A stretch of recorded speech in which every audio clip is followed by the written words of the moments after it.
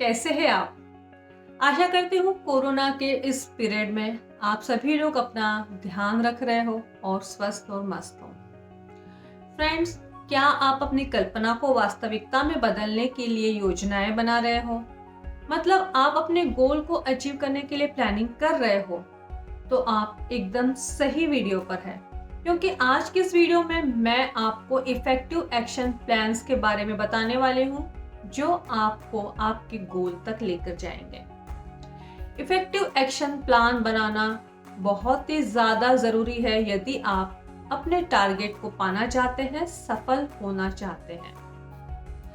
Effective action plan बनाने के बहुत सारे फायदे हैं, जैसे कि आप आपके गोल की ओर जाते समय कौन सी बाधाएं आने वाली है उसके लिए आप पहले से ही तैयारी कर लेते हैं।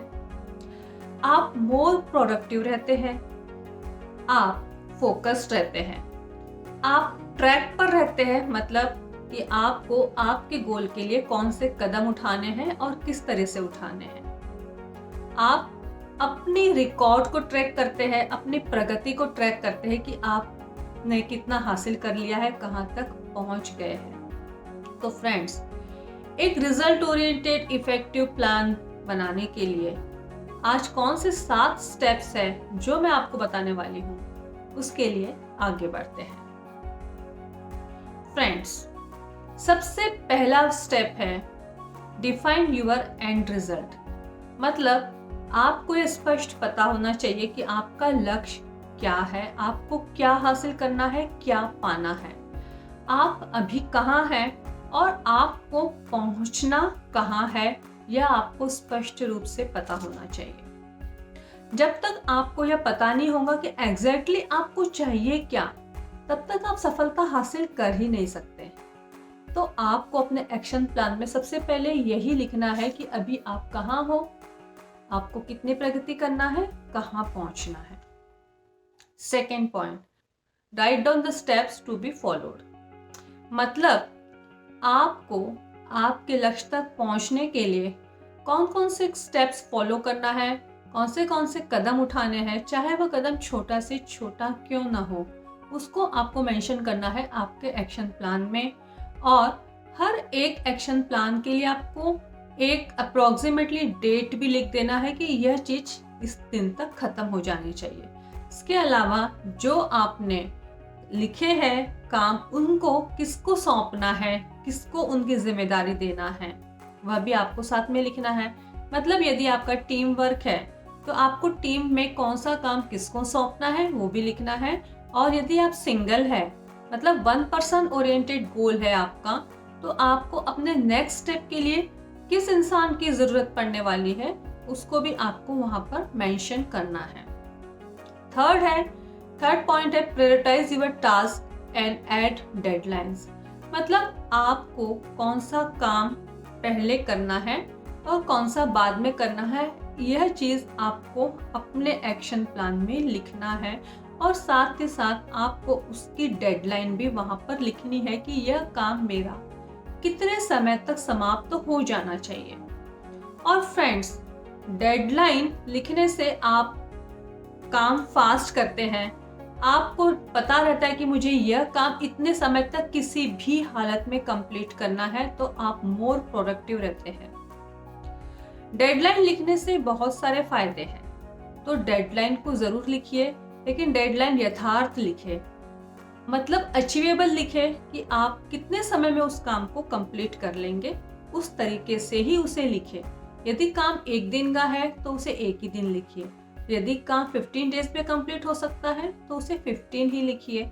और मैक्सिमम से मैक्सिमम किसी भी काम को आप 15 डेज का ही रखें।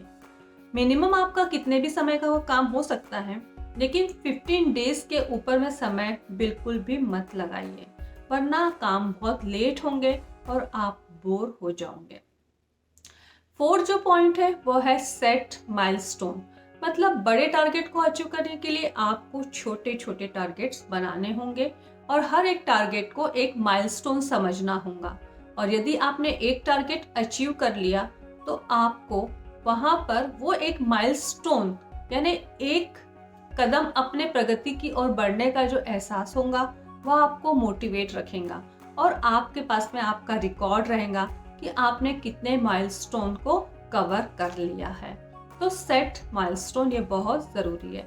इसका नेक्स्ट पॉइंट है विजुलाइज यूर एक्शन प्लान। मतलब आपने आपका एक्शन प्लान जो बनाया है उसको आपने कौन से चार्ट के रूप में बनाया है, मे बी फ्लो चार्ट के रूप में, ट्री चार्ट के रूप में, ग्राफ के रूप में, या जिस भी तरीके से आपने उसको अपने पेपर पर बनाया है वह पेपर विजुलाइज होना चाहिए। उसमें पूरी तरीके से समझ में आना चाहिए कि उस एक्शन प्लान की तरीका क्या है। हर एक टीम मेंबर को आपका वह एक्शन प्लान समझ में आना चाहिए और आपने भी जो लिखा है, कई बार हम लिखने के बाद में हमें ही नहीं समझ में आता कि हमने यह क्या लिखा है। तो बहुत ही क्लियर होना चाहिए, बहुत स्पष्ट तरीके से आपको आपके एक्शन प्लान्स को लिखना चाहिए ताकि वह विजुलाइज हो सके।